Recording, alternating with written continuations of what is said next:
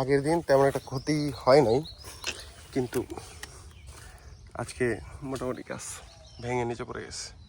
যাই হোক, আলহামদুলিল্লাহ, এখন এগুলা বাড়িতে না লাগবে।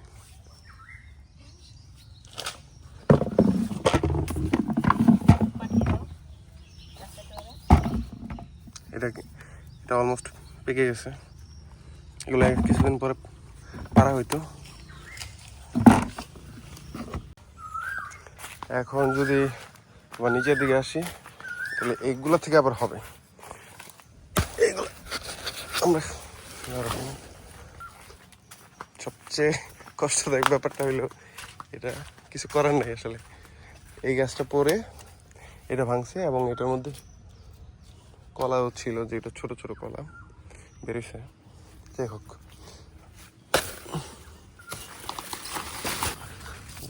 এই জায়গাগুলোতে হচ্ছে বাঁশ এনে সাপোর্ট দেওয়া লাগবে। আর এখানে সবচেয়ে মজার ব্যাপার হলো এই কলা, এগুলো একটা মাশাআল্লাহ অনেক বড় হয়েছে, তো ঝড়ে পড়ে নেই, এটাই ভাগ্য ভালো।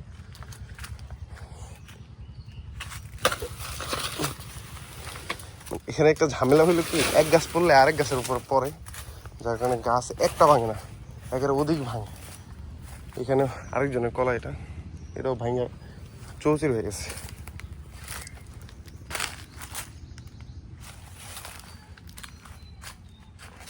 এখান থেকে আমরা কেটে দিই।